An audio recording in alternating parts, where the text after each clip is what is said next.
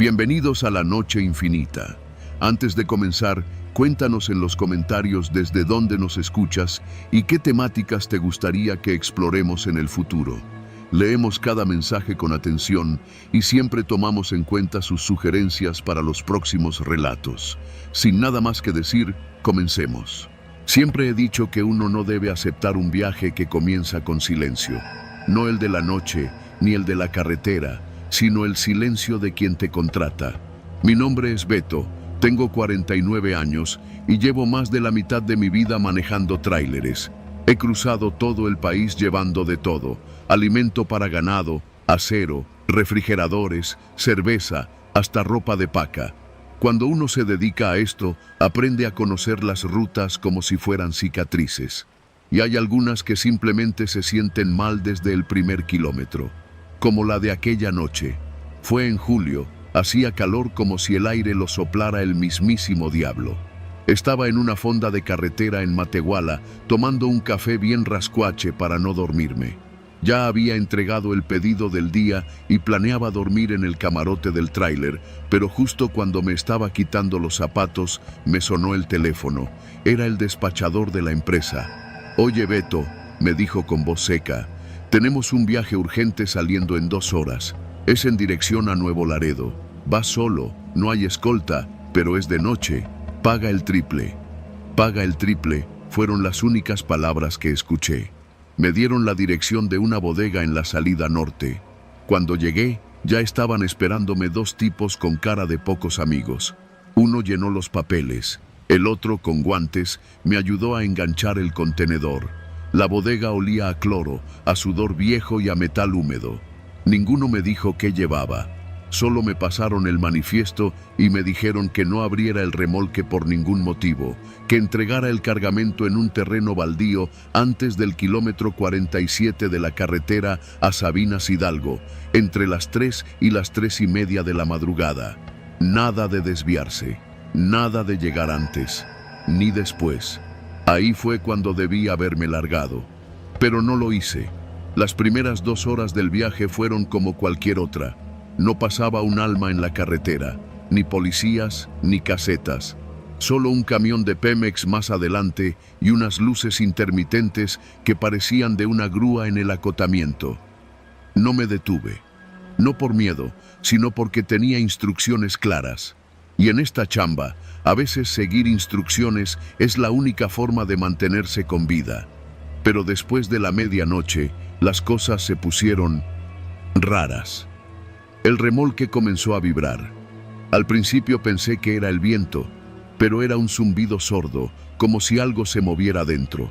Me dije que tal vez era un cargamento mal asegurado, o animales. He transportado caballos, chivos, hasta gallos, pero esto no sonaba igual. No había golpe seco, era más desordenado, como si algo raspase el interior de las paredes metálicas con desesperación. Apagué el estéreo, me recargué hacia atrás, respiré, no estaba imaginando las cosas. A la 1:20 me detuve en una gasolinera solitaria para orinar. El despachador de la bomba ni se molestó en saludarme. Me miró como si supiera que no debía hablarme. Volví al camión y antes de subir escuché algo desde el remolque. Fue un golpe, sí, pero acompañado de algo peor, un lamento ahogado. No era un animal, no era un chillido de metal, era una voz. Number. No era una, eran varias. Dudé, lo juro por mis hijos que dudé. Fui hasta la parte trasera del remolque. La caja tenía candado, lo revisé, estaba bien cerrado. Di unos golpes con los nudillos, no hubo respuesta. Cuando me subí al tráiler ya no era el mismo, me temblaban las manos. Y lo que quedaba del trayecto se volvió un infierno. A las 2:15, ya casi en el tramo final, el camión empezó a ponerse pesado, como si alguien más, algo más, estuviera en el camarote conmigo. Sentía los ojos pegados a mi nuca. El espejo retrovisor del interior reflejaba solo oscuridad, pero había movimiento en el contorno de mi vista, algo que no podía enfocar, pero que estaba allí. Comencé a sudar. Aflojé el cinturón, me quité la gorra, pero el sudor no era de calor, era miedo puro. Entonces vi algo.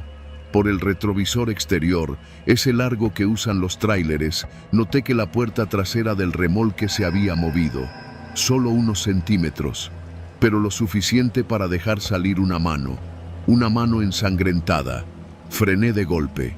El tráiler chilló. Casi me salgo del carril. Corrí hacia atrás con una linterna, pero cuando llegué no había nada. El candado seguía cerrado, la puerta intacta. Sentí las piernas débiles. Me recargué en una llanta y me quedé allí unos segundos, respirando, como si fuera asmático. Me repetía que estaba cansado, que me estaba sugestionando. Pero entonces lo escuché de nuevo. Gritos, varios, amordazados, leves, como desde el fondo de un pozo. Golpes contra el metal.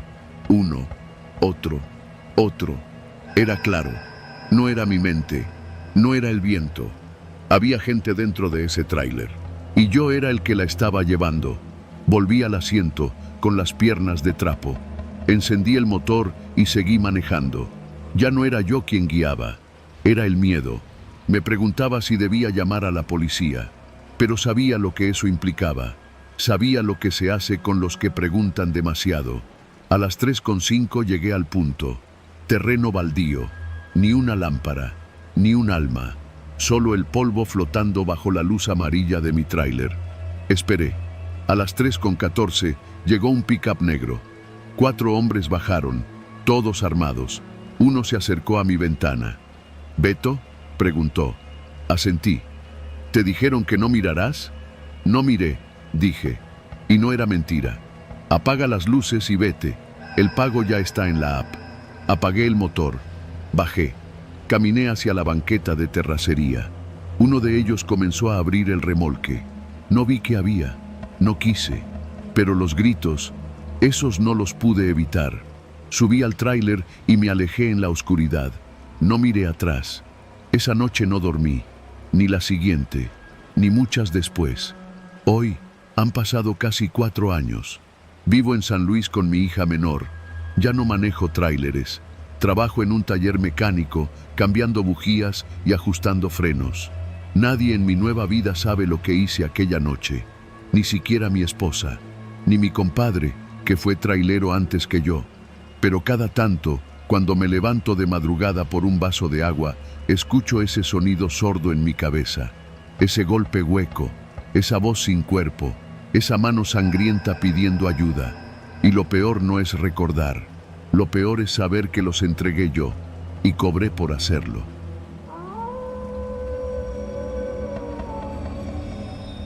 Soy camionero desde hace más de 20 años. Manejar tráiler por las carreteras del país es lo único que he hecho en mi vida adulta. He transportado de todo, productos congelados, electrónicos, hasta animales. La rutina es la misma: recoger la carga, revisar el motor, llenar el tanque y lanzarme al camino por horas o días, según la ruta. A veces cruzo todo el país, otras me quedo entre estados del norte, donde el desierto parece no terminar. Esta historia ocurrió hace poco más de 6 meses. Me tocó una ruta desde Guadalajara hasta Reynosa. Un trayecto largo, casi 1000 kilómetros, por lo que llevaba todo listo para dormir dentro de la cabina, como siempre. Mi tráiler tiene una litera decente, un pequeño ventilador, una hielera vieja y mi confiable cobija San Marcos. La diferencia esta vez fue el camión. Mi viejo tráiler estaba en el taller y la empresa me asignó una unidad nueva, recién salida de agencia. Era un Volvo último modelo, con pantallas en el tablero, cámaras de reversa, sensores por todos lados. Me lo entregaron con todo: tanque lleno, manuales y hasta una app que podía conectarse por Bluetooth para registrar cada kilómetro, cada freno, cada hora de sueño. No le di importancia. A mi edad ya no me emocionan los lujos. Lo único que me preocupaba era que la cabina fuera cómoda y que el aire acondicionado sirviera. La cabina era más espaciosa de lo que estaba acostumbrado. Todo olía a nuevo: los plásticos, la tapicería, hasta los cinturones de seguridad. Me instalé sin problema. El primer día fue tranquilo. Recorrí más de 600 kilómetros sin novedad. Paré a dormir en un paradero conocido en San Luis Potosí. El lugar era seguro, con cámaras y baños limpios. Me estacioné al fondo del terreno, como siempre lo hago para evitar ruidos, y cerré todo. Encendí el ventilador, me recosté en la litera y puse mi celular a cargar. Cerré los ojos. Silencio. Pero no pude dormir. Sentía algo raro. Al principio lo atribuí al hecho de estar en una unidad ajena, pero había una incomodidad que no lograba ubicar, como si alguien me estuviera mirando. Me reí de mí mismo, giré para dar la espalda a la cortina y cerré los ojos de nuevo. Dormí poco y mal. Soñé que alguien me observaba desde el asiento del copiloto. Cuando desperté, el sudor me empapaba la frente, pero la cabina estaba fría. La segunda noche paré en una estación Pemex cerca de Linares. Otra vez no pude dormir. Cada vez que cerraba los ojos, tenía la sensación de que había algo más dentro de la cabina, aunque la tenía cerrada con seguro. Como si una presencia invisible compartiera el espacio conmigo. A medianoche, me levanté para revisar los seguros. Todo estaba cerrado, nadie a la vista. Volví a la cama, pero ya no dormí. Me puse a revisar el tablero por aburrimiento. Ahí fue donde lo vi. Una opción en el menú digital que decía reproducción de eventos. Pensé que eran videos de manejo, así que lo activé. Lo que apareció me dejó sin aliento. En la pantalla comenzó a reproducirse un video. Era del interior de la cabina. Se veía claramente mi litera, mi mochila, el ventilador y yo durmiendo. El video era en blanco y negro, como si fuera visión nocturna. Me veía girar, acomodarme, sudar. Lo que me heló la sangre fue ver que en la esquina superior derecha decía grabación automática, cámara interior, activada. No sabía que había una cámara en la cabina. Revisé el techo, el retrovisor, los bordes del tablero. Nada. Pero el video estaba ahí, claramente grabado desde algún punto en alto. Sentí náuseas. Nadie me había informado de eso.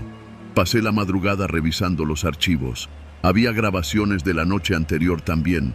Cada vez que dormía, el sistema grababa todo. Cada respiración, cada movimiento, cada sonido. No había audios, pero los videos eran lo suficientemente claros. En uno de ellos, vi cómo me sentaba a medianoche, visiblemente inquieto, miraba alrededor y volvía a acostarme. Ni siquiera recordaba haberme levantado. Ya en Reynosa, al entregar la carga, lo primero que hice fue preguntar en el depósito si esos camiones tenían cámaras internas. El encargado, un tipo joven con gafas, me dijo con desdén que sí, que todos los modelos nuevos las traían, que era parte del nuevo sistema de seguridad para prevenir robos, mal uso del vehículo y conductas inadecuadas durante las rutas. «Lo firmaste en el contrato de uso», dijo mientras escribía algo sin levantar la vista. Nadie me explicó que me iban a grabar incluso mientras dormía. Volví a Guadalajara con un malestar que no se me quitaba. Me sentía violado. No es exageración. Toda mi privacidad, mi espacio, mis momentos más vulnerables, grabados. Revisé el contrato. Entre las letras pequeñas decía, efectivamente, el operador autoriza a la empresa a utilizar medios audiovisuales de monitoreo dentro y fuera del vehículo asignado. No volví a aceptar esa unidad. Pedí que me regresaran mi tráiler viejo. Me dijeron que ya estaba listo, pero que debía esperar unos días para liberarlo. En lo que eso sucedía, me asignaron otra unidad nueva. Me negué. Les dije que si insistían, renunciaría. Esa noche me quedé pensando en todo eso, en los videos, en lo que podrían hacer con ellos. ¿Quién los veía? ¿Se almacenaban en algún servidor? ¿Se transmitían en tiempo real? ¿Y si algún supervisor enfermizo los veía en vivo mientras yo dormía? Y entonces recordé algo. Durante una de las grabaciones, mientras yo dormía profundamente, la pantalla mostró un movimiento. Una figura pasó por detrás del asiento del conductor, apenas visible, como una sombra. No debía haber nadie. No se abría la puerta. No había ruido. Pero la sombra estaba ahí. Solo un par de segundos. La repasé varias veces. Pensé que tal vez era un defecto de la imagen, un error de compresión, un reflejo. Pero se movía. Del lado del conductor hacia el fondo de la cabina, una silueta delgada. Luego desaparecía. Esa noche me senté frente al camión durante horas, viendo esa grabación en loop. Volví a ver todas las demás. En al menos 3 de ellas aparecía la sombra, siempre por unos segundos, siempre del mismo lado, siempre cuando yo dormía profundamente. No sabía qué hacer, no tenía cómo probar nada. Si le decía a alguien, me iban a tomar por loco. Decidí callar. A la semana me regresaron mi camión, viejo, oxidado, sin pantallas ni sensores. Me sentí como en casa. Volví a manejar como antes, sin el miedo de estar siendo observado, sin esa sensación de tener un ojo invisible sobre mí. Pero las dudas no desaparecieron. ¿Quién o qué era esa figura? ¿Realmente era una persona o algo más? ¿Cómo podía entrar sin abrir la puerta? ¿Era un error del sistema? ¿Y si no era la única cámara? Desde entonces, tapo con cinta negra todos los sensores que no reconozco. Reviso cada rincón de la cabina antes de dormir. No uso el Bluetooth, no conecto el teléfono. Manejo como antes, solo, desconectado. Y cada noche, mientras me acomodo en la litera, tengo la misma imagen en la cabeza. Una sombra cruzando silenciosa detrás del asiento del conductor, en el único momento en que estoy completamente indefenso. Yo no creo en fantasmas, pero sí creo en los hombres. Y hay cosas mucho peores que un susto sobrenatural, como saber que alguien, en algún lugar, puede verte dormir y no hace nada.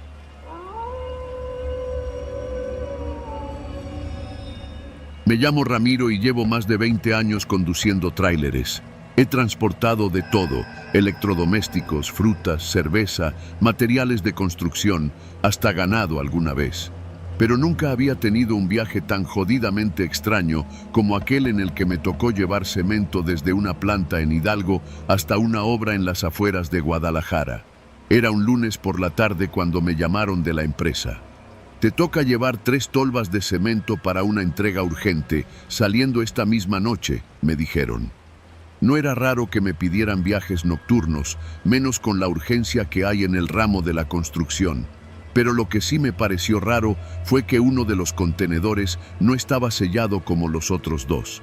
Lo reporté, claro, pero el encargado solo me dijo, no te preocupes, ese va semivacío, solo son unos costales que no cabían en la última carga. Va todo bien. Me tocó arrancar como a eso de las 11 de la noche. Salí desde Tula con la caja Kenworth bien aceitada, luces revisadas y tanque lleno. Tomé la carretera federal con dirección a Querétaro, con la idea de cruzar el Bajío de madrugada y estar en Jalisco antes del amanecer. Iba solo, como siempre, con mi termo de café cargado y mi música de corridos viejos para mantenerme despierto. Los primeros kilómetros transcurrieron sin novedad. El calor del día aún se sentía en el asfalto, pero la cabina estaba fresca y el camión respondía perfecto. Ya había pasado San Juan del Río cuando noté por primera vez algo raro. Uno de los remolques, el del medio, vibraba. No mucho, apenas un leve temblor que sentía en la base del asiento cada tanto. Pensé que tal vez los costales se habían asentado mal o que las cadenas estaban flojas, así que me orillé a revisar. Bajé con la linterna en mano y caminé alrededor de la unidad. Todo parecía en orden. Revisé las válvulas, los cierres, incluso toqué las llantas con la bota para ver si estaban calientes o desbalanceadas. Nada, todo en su sitio. Pero justo cuando iba a subirme de nuevo, escuché un sonido muy leve. Venía de dentro del contenedor del medio. Un golpecito, como si algo hubiera rebotado contra las paredes de metal. Me quedé congelado. No era posible. Nadie pone nada suelto dentro de un contenedor de cemento, y mucho menos algo que pueda moverse. Pensé que tal vez un costal se había roto y que el contenido se estaba desplazando. Quise convencerme de eso. Volví a asegurar el remolque y seguí mi camino. Pasó media hora y el maldito golpeteo volvió. Esta vez más fuerte. No era constante, pero cada tanto sonaba un tum-tum apagado, como si alguien empujara desde dentro. Bajé el volumen de la música. Quería oírlo bien. El ruido no venía del motor, ni del camino, ni del aire. Era desde adentro del contenedor. Me detuve otra vez. Ya no podía hacerme pendejo. Apagué el motor, tomé una barra de metal del compartimiento y me acerqué al contenedor. Golpeé 3 veces contra la lámina. Silencio. Y entonces, como si fuera una burla, el tum-tum respondió. 2 golpes. Claros. Precisos. Me paralicé. Quise abrir la tapa lateral, pero no tenía la llave. Solo el encargado del almacén podía abrirla, y además, abrir una tolva sin protección en plena carretera era una locura. Si realmente era cemento lo que había ahí, todo se desparramaría. Pensé en llamar a la central, pero sabía lo que me iban a decir. Sigue manejando. Eso no es nada. Es el movimiento, el aire, la carretera. Regresé a la cabina. Manejé en silencio durante un rato, sin música, con los ojos fijos en los espejos retrovisores. La vibración continuaba. Más fuerte ahora, más constante. No era mecánica, no era aleatoria, era rítmica. Cerca de Celaya, ya de madrugada, el movimiento dentro del contenedor fue tan fuerte que sentí como el tráiler se ladeaba levemente. Frené de golpe. Me bajé otra vez, ahora decidido a abrir esa chingadera sin importar las consecuencias. Me importaba un carajo si se tiraba la carga. Pero cuando llegué a la tapa lateral, estaba abierta. No del todo, apenas unos centímetros, pero suficiente para ver que la palanca de seguridad había sido forzada. Retrocedí un paso. Saqué la lámpara y la dirigí al interior. Vi costales, sí, muchos, apilados en desorden. Pero vi algo más. Un bulto oscuro, del tamaño de una persona, cubierto con una manta sucia. Estaba al fondo, pegado a la pared del contenedor. La lona apenas lo cubría. Una mano asomaba, pálida, inmóvil. Sentí un vacío en el estómago. Quise pensar que era un muñeco, un maniquí, cualquier cosa. Me acerqué. El bulto no se movía, ni un solo centímetro. Pero justo cuando iba a tocarlo con la punta de la barra de metal, escuché una voz baja, lejana. No abras más, ya va a amanecer. Corrí. No volteé. Cerré la tapa como pude, la aseguré con el gancho y subí al camión hecho un manojo de nervios. Manejar fue lo único que pude hacer, como si moverme fuera a borrar lo que había visto. Llegué a la obra casi con la luz del sol. Los trabajadores aún no estaban listos para recibir la carga. Me pidieron que esperara. Les dije que no, que descargaran ya, que abrieran primero la tolva del medio. Me fui lejos mientras abrían. No quise mirar, pero uno de los obreros me llamó con la cara pálida. Oye, ¿qué pedo con esto? Me acerqué con el corazón en la garganta. Dentro del contenedor, encima de los costales, estaba el bulto, ya sin lona. Solo eran retazos de trapo sucio, una especie de saco viejo, y dentro, nada, vacío. No había cuerpo, no había mano, no había nada. Me aseguré de no decirle a nadie lo que vi en la carretera. Dejé que los encargados inventaran lo que quisieran. Se metió un indigente, algún vagabundo durmiendo entre los costales. Seguro alguien lo puso para esconder mercancía. Pero todos sabían que algo estaba mal con ese viaje. Desde entonces, nunca vuelvo a mover un contenedor que no esté sellado frente a mí. Y si escucho un golpe desde dentro, lo dejo ahí. No investigo, no abro, no pregunto. Porque en este trabajo, a veces lo que llevamos no es solo carga. Y hay cosas que, si se mueven solas en la oscuridad, es mejor no saber por qué.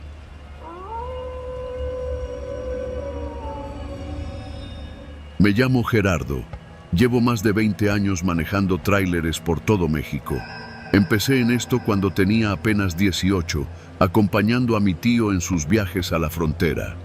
Con el tiempo, me compré mi propio camión, un Kenworth viejo, al que le metí cariño, dinero y muchos kilómetros.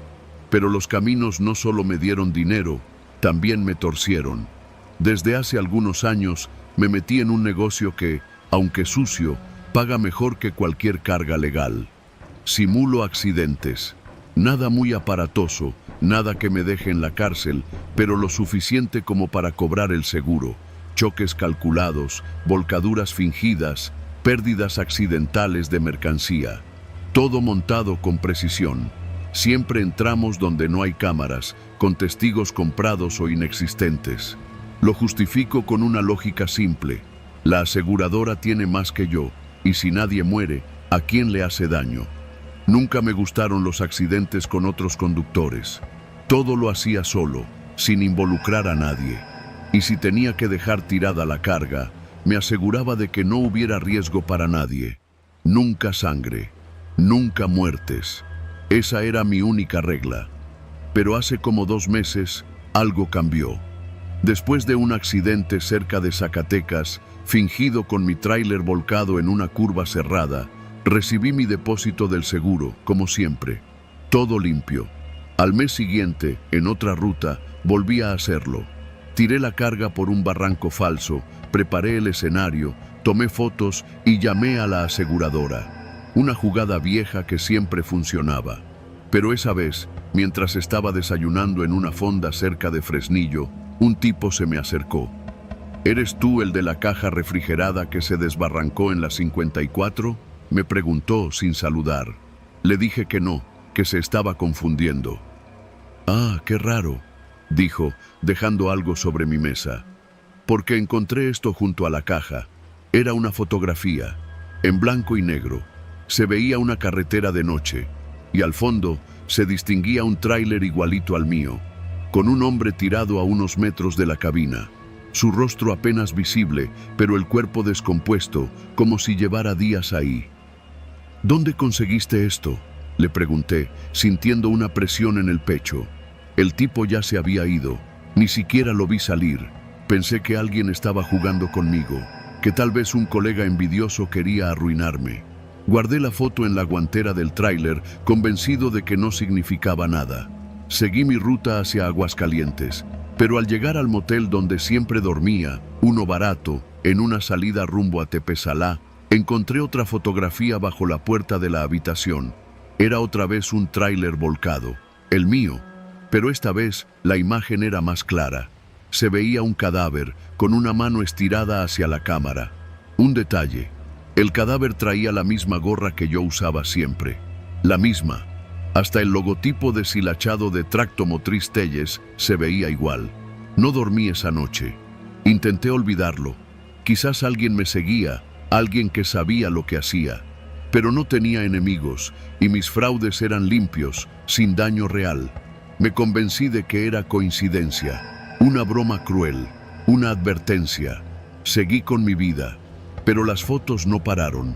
Cada semana, tras cada nuevo accidente, encontraba una imagen distinta, un tráiler igual al mío, un cuerpo cerca, a veces calcinado, a veces con el rostro deshecho, siempre sangriento y siempre solo. Una vez encontré una dentro de la caja del tráiler, encima de la carga, una foto mía dormido al volante. Nunca supe cuándo la tomaron. Otra vez apareció una pegada en el parabrisas, bajo el limpia parabrisas, a plena luz del día. Una noche, en una gasolinera de San Luis Potosí, vi una de las fotos pegada en el tablón de anuncios del lugar. Pregunté quién la había puesto. Nadie sabía. El encargado juró que no la había visto antes. Empecé a perder el control. Dejé de dormir bien. Soñaba con accidentes reales, con cadáveres que se parecían a mí, con tráileres que explotaban mientras los manejaba. Cada vez que pisaba el freno, pensaba que no iba a funcionar. Cada curva me parecía una trampa. Llegué a pensar en dejar todo, pero el dinero ya se me había metido muy adentro. Mi esposa pensaba que ganaba más por hacer entregas más rápidas. Mis hijos creían que era un campeón del volante. No podía confesarles nada, así que hice un último fraude, uno grande. Decidí simular un choque en la carretera que va de Guadalajara a Tepic. Curva peligrosa. Llovía. Perfecto escenario. Frené mal a propósito. Volqué el tráiler contra la barra de contención y lo dejé como si hubiera perdido el control. Fingí la caída. Me raspé un poco para hacer más creíble la escena. Llamé a la aseguradora, les mandé fotos. Me dijeron que en 3 días tendría respuesta. Esa noche dormí en un hotel viejo, al borde de la carretera. No había nadie más. La lluvia golpeaba el techo como tambores. A medianoche, alguien tocó la puerta. Me levanté a abrir, sin pensar. No había nadie, solo un sobre tirado en el suelo. Lo recogí con manos temblorosas. Me llamo Gerardo. Llevo más de 20 años manejando tráileres por todo México. Empecé en esto cuando tenía apenas 18, acompañando a mi tío en sus viajes a la frontera. Con el tiempo, me compré mi propio camión, un Kenworth viejo, al que le metí cariño, dinero y muchos kilómetros. Pero los caminos no solo me dieron dinero, también me torcieron. Desde hace algunos años, me metí en un negocio que, aunque sucio, paga mejor que cualquier carga legal. Simulo accidentes. Nada muy aparatoso, nada que me deje en la cárcel, pero lo suficiente como para cobrar el seguro. Choques calculados, volcaduras fingidas, pérdidas accidentales de mercancía. Todo montado con precisión. Siempre entramos donde no hay cámaras, con testigos comprados o inexistentes. Dentro, una última fotografía. Era mi tráiler, totalmente destrozado. La cabina partida en dos. Y yo, muerto dentro, con el cinturón de seguridad apretado al cuello. Mis ojos estaban abiertos, llenos de polvo. Había sangre seca en mis labios. En el reverso de la foto, con tinta negra, alguien había escrito: "Este es real". Esa fue la última vez que toqué un tráiler. Devolví el dinero a la aseguradora. Fingí una crisis de salud para justificar mi retiro. Vendí el camión a precio de risa y me fui a vivir a casa de mis padres en Michoacán. No manejo ni bicicleta desde entonces. No sé quién me seguía. No sé si era alguien de carne y hueso o si todo estaba en mi mente. Pero las fotos eran reales. Las tengo guardadas en una caja, en el fondo de un ropero. A veces me despierto en la madrugada pensando que alguien va a dejar una más en mi puerta. Y tengo miedo de que en la siguiente ya no sea una advertencia, sino un retrato del futuro.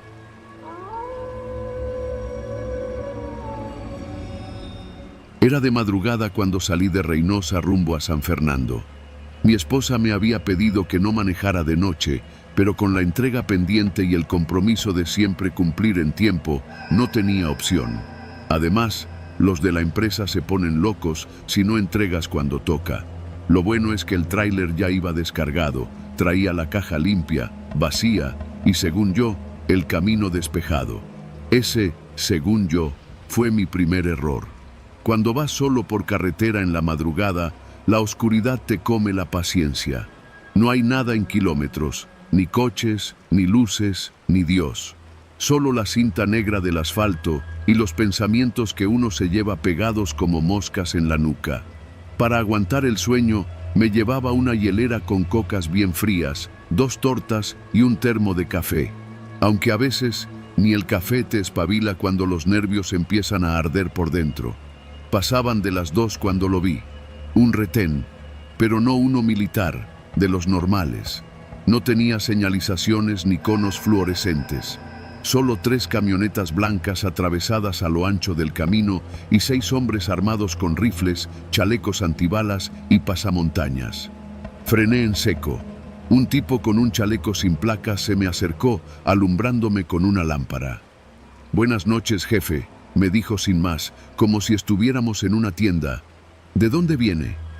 «De Reynosa», le respondí sin mover las manos del volante. «Voy a San Fernando, entrega terminada». Me pidió los papeles, se los di. Otro se asomó por el lado del copiloto, revisó por dentro. Todo normal. Hasta que uno de los tipos de atrás gritó: «¡Abran la caja!». Ahí se me paró el corazón. El problema fue cómo lo dijo. No como un protocolo o rutina, sino con urgencia, como si algo le oliera mal. Me bajé lento, con las manos bien visibles. Fui hasta atrás del tráiler. Los hombres ya rodeaban la unidad. Uno tenía el rifle apuntando directo a la cerradura. «¿Qué llevas?», me preguntó uno más joven, de acento norteño fuerte. «Nada, la caja va vacía», le respondí, tratando de sonar tranquilo. «Pues vamos a ver». Puse la llave en la cerradura, pero antes de girarla, un pensamiento me cruzó como un rayo. Mi jefe, cuando me entregó la unidad esa tarde, me dijo algo raro. Haz esta ruta como siempre, pero si te paran, no abras la caja. Pásales mi número. Diles que le llamen a él. En ese momento lo entendí. Algo había en esa caja. Oiga, mire, mejor llamen al patrón, él les explica. Esta unidad es de él, yo solo manejo, dije, dando el número. ¿Estás escondiendo algo o qué?, preguntó otro, más agresivo. Nombre, solo hago lo que me dijeron. La caja va vacía, pero el jefe dijo que si algo pasaba, ustedes lo contactaran. Uno de ellos tomó el celular, marcó, se alejó unos metros. Mientras, los otros me observaban, tensos. El aire se podía cortar con una navaja. Nadie hablaba. Solo se escuchaba el zumbido de los focos de la camioneta y los grillos en la maleza. Entonces, el que había llamado regresó. No dijo nada.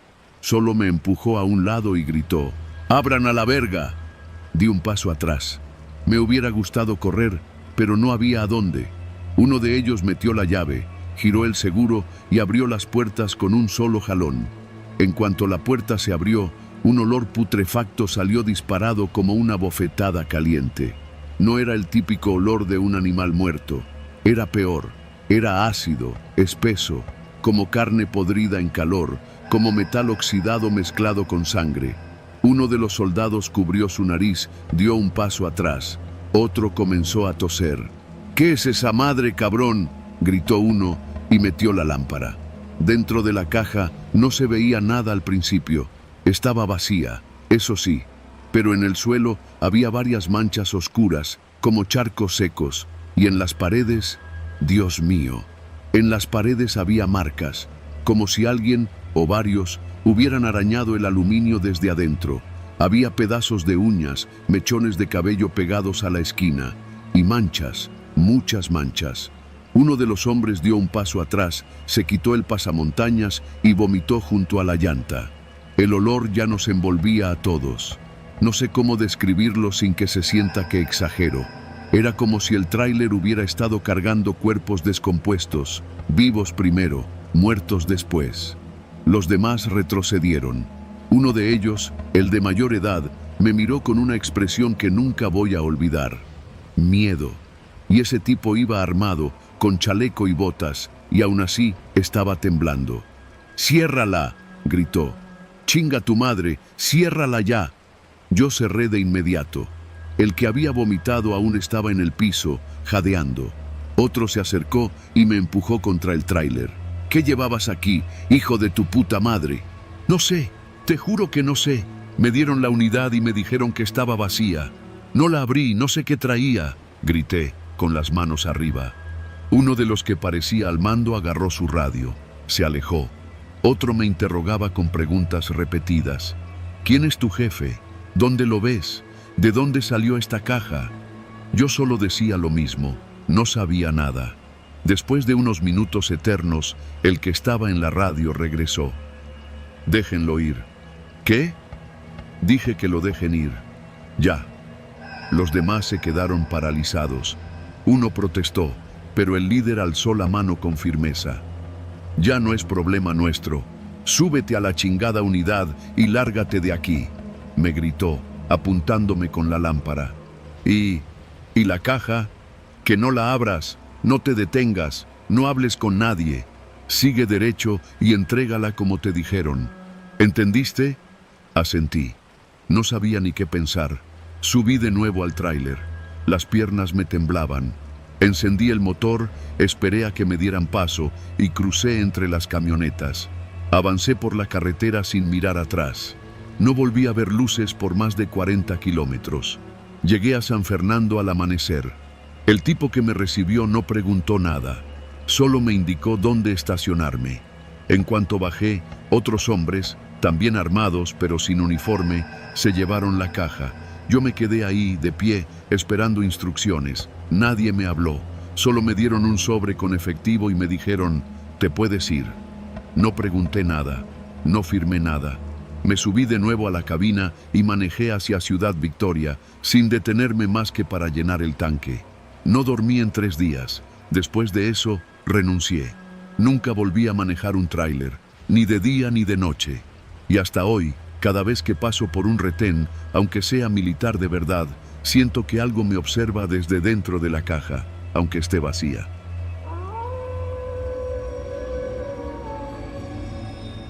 No era la primera vez que me tocaba una ruta larga, pero esa noche algo olía raro desde el principio. Había salido del depósito en Iztapalapa un poco antes de las 9 de la noche, con destino a una bodega de reciclaje en Apizaco, Tlaxcala. El encargo era poco común: una carga de juguetes usados, donados por varias escuelas y centros comunitarios del Estado de México. Muñecas sin brazos, carritos sin llantas, peluches con los ojos colgando. Esas cosas que ya nadie quiere, pero que aún se almacenan esperando una segunda vida. Mi nombre es Rodolfo, pero todos en la empresa me dicen Rudy el Camión, porque soy el más viejo de la flotilla. Camión y camionero, los dos oxidados por el tiempo.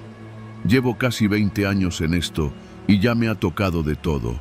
Animales vivos, materiales químicos, incluso un ataúd vacío una vez que me dejó con los nervios de punta por semanas. Pero esa noche fue diferente. Desde que cerré las puertas del remolque, sentí una incomodidad que no sabía explicar. No era miedo, no, era otra cosa, como una sensación de que alguien más respiraba dentro del contenedor. Pero era imposible. Revisé todo: candado, sello, papeles firmados, todo estaba en orden. Ya con la cabina lista, puse música bajita, un poco de rock en español para mantenerme despierto. La carretera federal estaba casi vacía. Solo se cruzaban uno que otro tráiler y algunos taxis que volvían de los pueblos cercanos. Nada fuera de lo común. Pero cuando iba saliendo por Chalco, apenas pasando un puente, mi radio se apagó solo. Pensé que era un corto o interferencia. Estiré la mano para volverlo a encender y en ese momento escuché algo, como un crujido suave, pero no venía del tablero, venía de la caja, de atrás. Me detuve en la primera gasolinera abierta que encontré.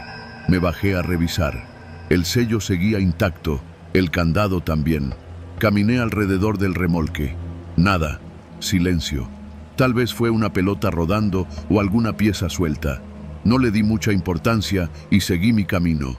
La segunda vez que algo pasó fue en la subida antes de llegar a Río Frío. El camino ahí es traicionero, puro curveo y neblina.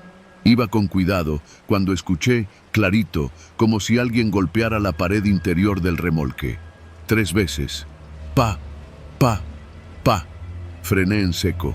Ahora sí me bajé con la linterna en la mano. Me acerqué despacio, con la piel erizada. Toqué con los nudillos la puerta metálica del remolque. Nada, ni un sonido, ni un eco. ¿Hay alguien ahí?, pregunté, medio en broma. El silencio me respondió. Le di un par de golpecitos más al metal, por si acaso. Luego me reí de mí mismo, nervioso, y regresé a la cabina. Ya eran como las 11:30, y el sueño empezaba a picarme los ojos. Abrí una coca y le di un trago. Pero al volver a poner la botella en su sitio, vi algo que me heló. Mi radio, ese viejo estereotipo que ya ni Bluetooth tiene, estaba encendido. Pero no sonaba música, sonaban voces, voces de niños, murmullos, risas ahogadas. Y luego, con un volumen casi imperceptible, una frase: «Mamá, ¿dónde estás?». Tragué saliva, bajé el volumen, lo apagué, volví a encenderlo. La voz seguía, como si viniera de una grabación, y entonces entendí que no era el radio. Venía de otro lado. Pasé la caseta de San Martín Texmelucan a eso de las 12:15. Me detuve en un estacionamiento de tortillería abandonada. Saqué una lámpara y por primera vez abrí el remolque. La peste fue lo primero que me golpeó. No era olor a muerto, ni a podrido.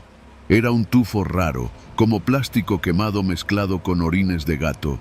Me tapé la nariz con el antebrazo. Adentro, el remolque era un cementerio de colores: muñecas sin cabeza, trompos, peluches babeados, pistas de carritos rotas, una avalancha oxidada. El suelo estaba cubierto con capas de cosas. Un desastre. Encendí la lámpara y empecé a inspeccionar. Ahí fue cuando vi lo imposible. Una grabadora amarilla, de esas viejitas, estilo Fisher Price.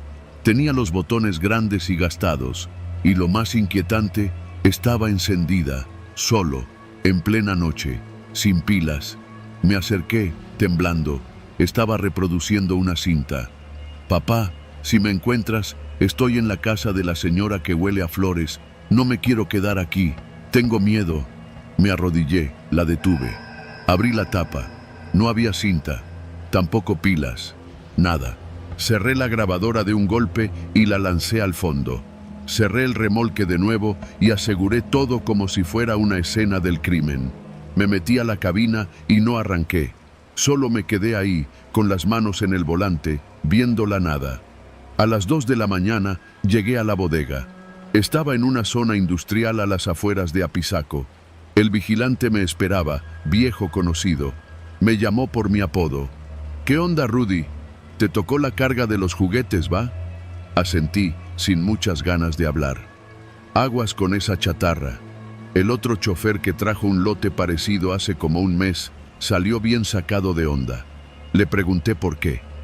Decía que algunos juguetes hablaban solos, pero ya ves, puro cuento. No dije nada, solo bajé del camión y me puse los guantes. Cuando abrimos el remolque, la peste había empeorado. El vigilante frunció la cara. «Hijo, esto sí huele a viejo». Y en eso, un carrito rojo, de esos de plástico duro con ojos pintados, rodó solo por la rampa, chocando contra una reja metálica. Nos miramos. Él me soltó una sonrisa nerviosa, pero se notaba que también estaba incómodo. Comenzamos a bajar la carga. Uno por uno, los juguetes iban siendo colocados en tarimas, y mientras lo hacíamos, noté que varios tenían pequeños orificios en la parte trasera, como si les hubieran adaptado micrófonos. Muñecas parlantes, grabadoras, ositos con botones en la panza, todos los juguetes parecían haber sido intervenidos. Y entonces ocurrió algo que todavía me persigue. Uno de los vigilantes nuevos que nos ayudaba gritó. Se había cortado con un tornillo salido de una grabadora rosa. Pero no era eso lo que lo hizo gritar. Fue lo que encontró adentro. Una cinta de casete, una normal, pegada con cinta aislante. La sacó, la limpió y me la pasó. Yo no quería saber nada más, pero mi mente no me dejó en paz. Al día siguiente, de regreso en la base, busqué un viejo estéreo de casetes que aún guardábamos en el taller. Metí la cinta, le di play. Primero, solo ruido. Luego, una voz de niña. «Hola, me llamo Paola. Si alguien escucha esto, por favor, díganle a mi mamá que no me quiere dejar salir. Me tiene en la casa con las muñecas. Las otras niñas también están aquí. Nos tiene guardadas». Llevé la cinta con mi supervisor. Le conté todo. Al principio no me creyó, hasta que la escuchó. A los 3 días hubo una inspección federal a la bodega donde habían recibido los juguetes. Nadie dijo nada oficialmente, pero corría el rumor de que las autoridades encontraron varios lotes con grabaciones similares. Algunos juguetes fueron enviados a peritaje. Yo pedí cambiar de ruta. Ya no quise volver a cargar donaciones. No sé qué me topé esa noche, ni quién grabó esas voces, pero sé que eran reales. No era mi imaginación. Cada que paso por esa carretera, siento que algo de esa noche aún me acompaña, escondido en el ruido de las llantas sobre el asfalto o en el zumbido de la radio que a veces, sin explicación, vuelve a encenderse. Y juro por mi vida que escucho risas de niños.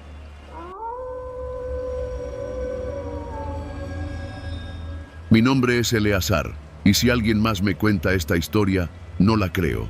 Llevo más de 20 años en el volante, trailero desde los 19, y de todos los caminos que he recorrido en este país, hay uno que jamás voy a volver a pisar. No por el asfalto, ni por el clima, ni siquiera por la inseguridad, sino por lo que vi, por lo que me vi obligado a entender. Todo comenzó hace como 6 meses. Estaba haciendo una ruta regular desde Guadalajara hasta Veracruz, pasando por Puebla. Era de esas rutas largas, con paradas estratégicas, repostar, comer algo y de paso echar un vistazo rápido a los monitores que hay en las casetas. Ya sabes, esos donde muestran las tarifas, la fila de autos o la famosa pantalla con personas desaparecidas o buscadas. Nunca me había detenido mucho a verlos. ¿Quién lo hace? Son imágenes borrosas de gente que uno no conoce. Hasta esa noche. Fue en la caseta de San Marcos, en Puebla.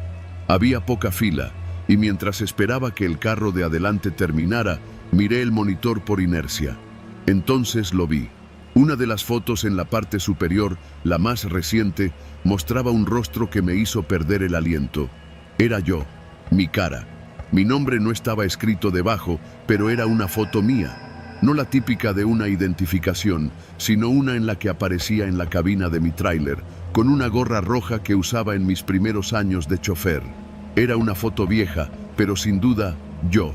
Al principio pensé que era una broma o una coincidencia, pero nadie se parece tanto a uno mismo sin serlo.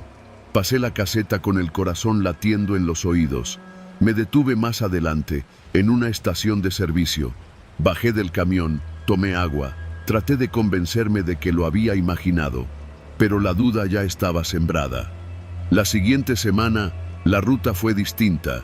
Iba de regreso a Jalisco desde el Estado de México y pasé por otra caseta, la de Palmillas. Ahí estaba otra vez la pantalla y otra vez mi cara. Esta vez era diferente. No era la misma foto, era más reciente. Salía yo, en el estacionamiento de un Oxxo. Mismo gesto. Mismo chaleco gris que estaba usando ese mismo día. Te juro que sentí que me vaciaban el cuerpo por dentro. ¿Quién carajos me estaba tomando fotos? ¿Por qué aparecían en monitores de personas buscadas? No era una alerta Amber, ni ficha de desaparición, ni cartel de recompensa. Solo mi rostro, en esa sección junto a otros más y un número de referencia. Eso era todo. No le conté a nadie. Ni a mis compañeros, ni a mi esposa, ni a mis hijos. En el fondo, tenía miedo de que me dijeran lo que ya estaba empezando a sospechar, que me estaba volviendo loco. Las cosas se fueron poniendo peores. Cada ruta, cada caseta, al menos una de ellas mostraba mi imagen. Cambiaban las fotos.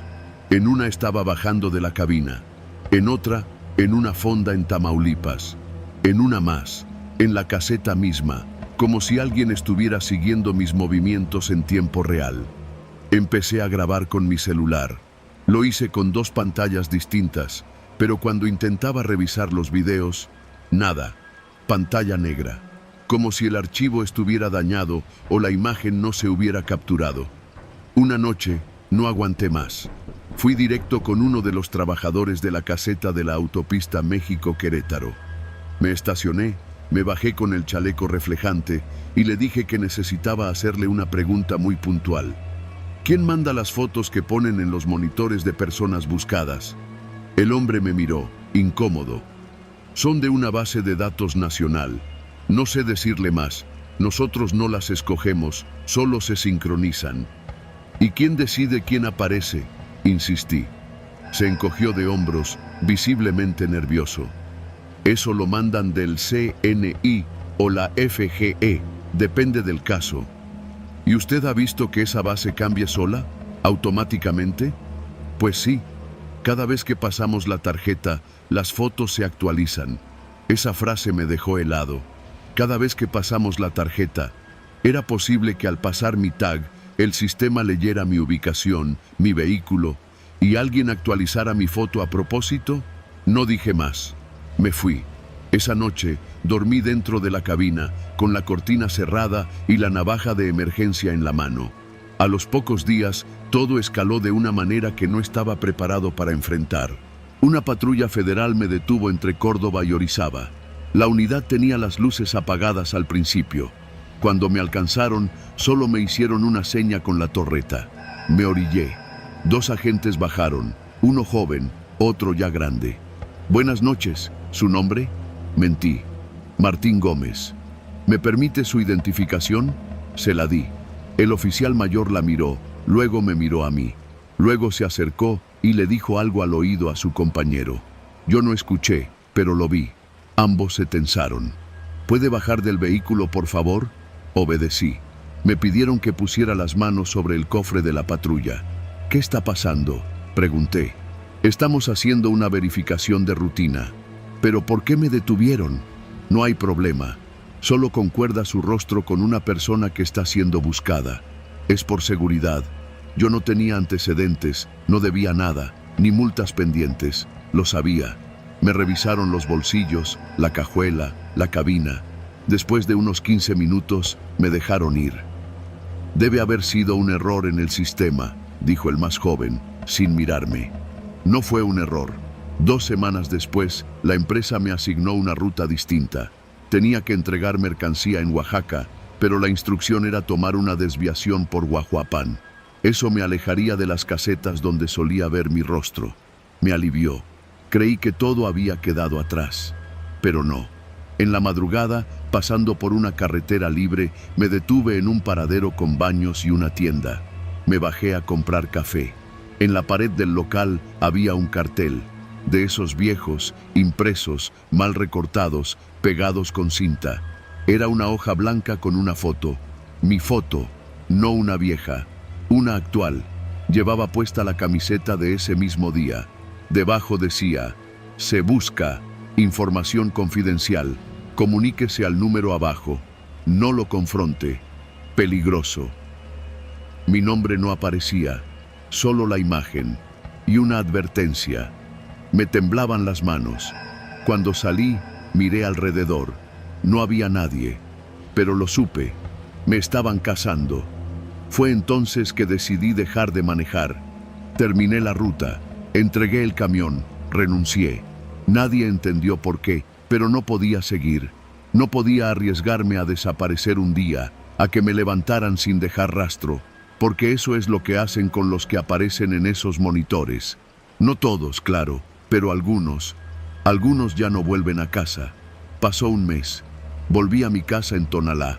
Comencé a trabajar en una bodega local, solo para mantenerme ocupado. Dejé de ver carreteras, dejé de usar mi tarjeta de peaje. Me cambié de teléfono, me corté el cabello, me afeité la barba. Y entonces, una noche, saliendo de una tiendita, vi una patrulla estacionada. En el tablero, visible desde la ventana, estaba una tablet, encendida. Mostraba imágenes de vigilancia. Y ahí estaba yo, mi rostro captado esa misma noche, en esa misma calle. Volví a casa caminando por rutas diferentes, vigilando cada esquina. Me encerré. No he vuelto a salir solo desde entonces. He aprendido algo con todo esto. No necesitas cometer un crimen para ser un objetivo. Basta con que alguien decida que tienes que desaparecer. Alguien que tenga acceso a cámaras, a bases de datos, a sistemas que tú ni sabes que existen. Y lo peor es que no puedes demostrar nada. Nadie me cree, ni mis hijos, ni mi mujer. Para ellos, solo me quemé del estrés de tantos años en carretera. Pero tú que lees esto, tú que quizás también manejas de noche, fíjate en los monitores la próxima vez que pases por una caseta. Fíjate bien. Y si alguna vez ves tu cara ahí, no sigas manejando.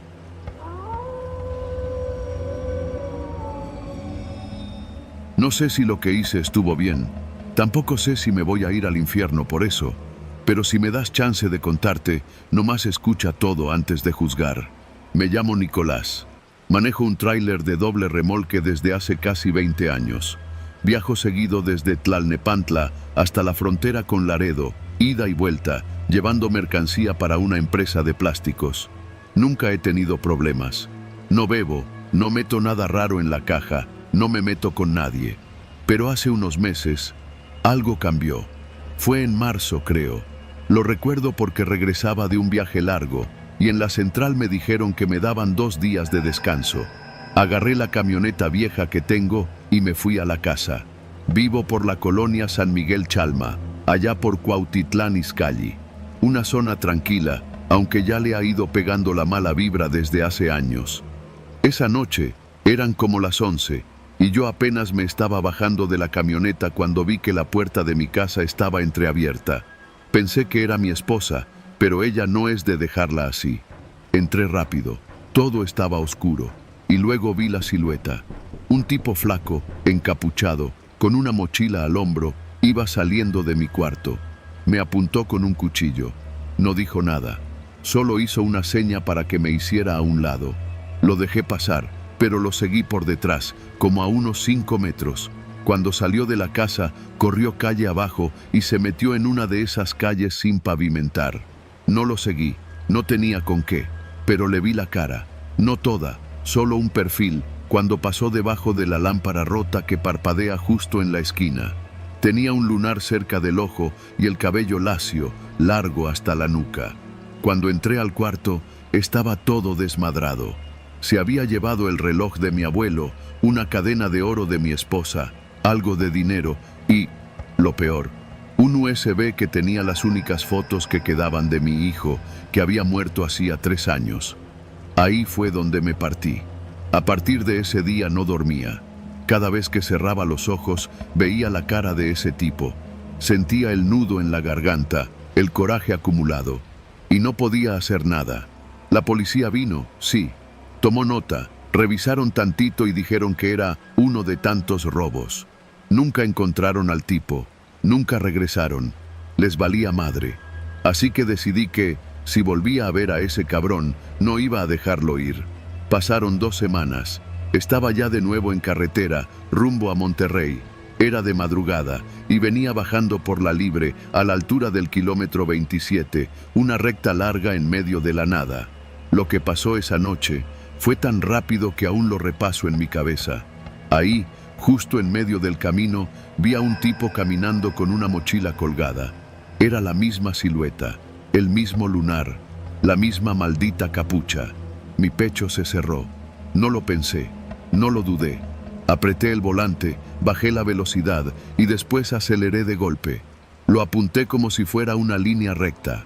El tipo volteó, me miró directamente y justo cuando pareció reconocer el tráiler, lo aplasté.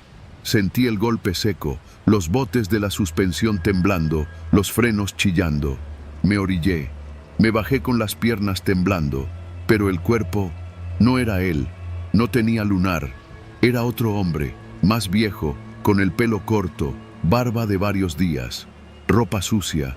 Estaba muerto, no había duda, pero no era el asaltante.